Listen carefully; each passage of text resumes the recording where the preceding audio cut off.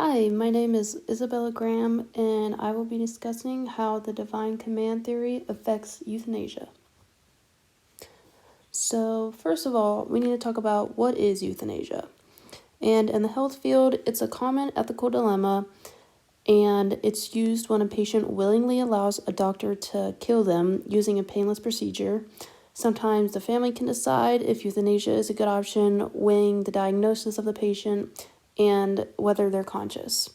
Euthanasia is most commonly performed when an individual is very old, in a coma, or has a terminal illness. And most of the times, if they're unconscious or in a coma, that's when the family will decide. So, what is the divine command theory? According to the divine command theory, anything is morally good or bad because God has declared it to be so. God's instructions are an expression of his will, which can be found in holy texts. And we can talk about those later on. Some of them include the Bible, the Torah, and the Quran. The divine command theory raises several issues, including whether God orders cruelty, how commands are perceived by each person, the place of non-religious morality, and the place of reason. And this just goes on a little bit more into detail about the divine command theory, but it's just basically what is morally good or bad just depends on what God says in his commandments. So, some strengths and weaknesses of the divine command theory. We'll start off with strengths.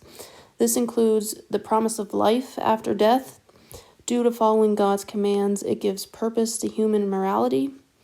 God cannot be wrong, and therefore what he commands must be accepted as a morally correct thing to do, and that rules are absolute, which creates structure. And some weaknesses found from the divine command theory. God is personal, and everyone sees God and his commandments in a different way, so anything can be perceived differently. What God says to be one thing may be interpreted differently from person to person. It's hard to talk about the divine command theory if someone doesn't believe in a God or a religion. And many of the rule and practices in religious contexts are out of date. And some could say, it happened so long ago that it can't be practiced now. Some strengths and weaknesses of euthanasia. So arguments for euthanasia: compassion for those suffering, so kind of just putting them out of their misery. Making choices for oneself, so everyone, it's their body and they can make their choice and how they want to go out. A burden for family and friends, so someone suffering, could just be weighing on the family and could be costing them money as well. And everyone wants to die with dignity, and shortening of poor quality of life. So, if someone's suffering, don't want to just make them suffer forever. Claims against euthanasia,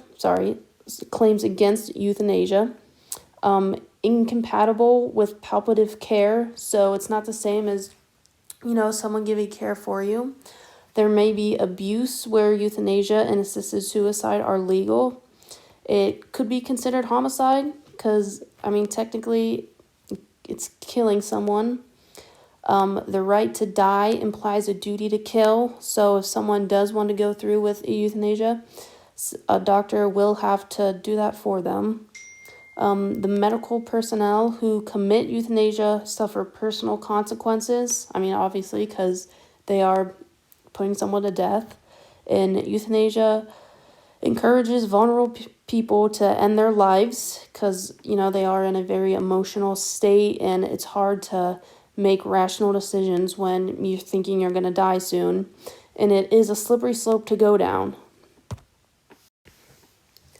So why is euthanasia important? Why should it be talked about? And I won't go into huge detail and read this whole slide, but just to sum it up, there has been a 25% increase in mental health issues.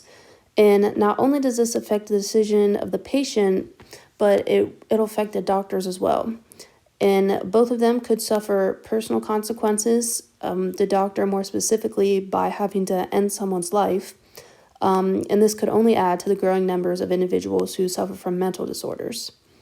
The second issue, obviously the patients are at a very vulnerable time in their life, the family too, so who's ever making the decision for them.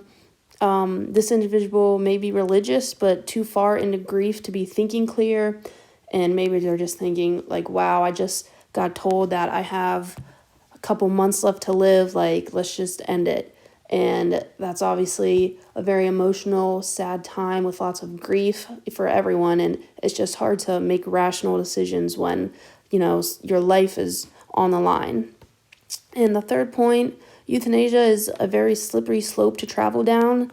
And for example, in Belgium, it was said that there are very strong safeguards for the legalization of euthanasia.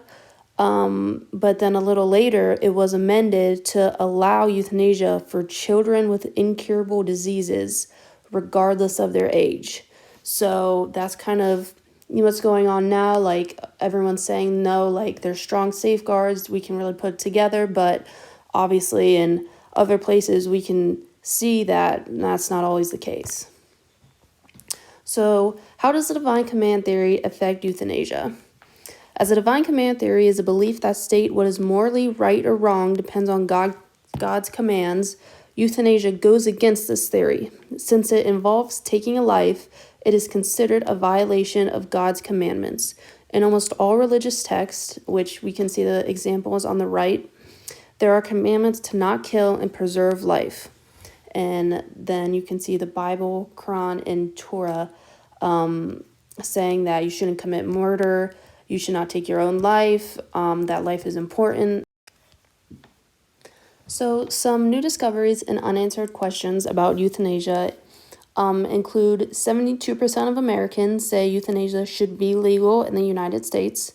54% think doctor-assisted suicide is morally acceptable. And there have been studies shown that negative emotional and psychological effects for the doctors. And this is from being shocked by the suddenness of death, being caught up in the patient's drive or assisted suicide, feeling powerless, and kind of just feeling isolated. And some unanswered questions or questions that should be asked: how will assisted dying impact the relationship between doctors and patients? Can we be sure assisted dying is not the start of a slippery slope, which we talked about in prior slides? Can palliative care work alongside assisted dying? And can we know if a person has capacity to end their own life? And that is all, and here are all the references.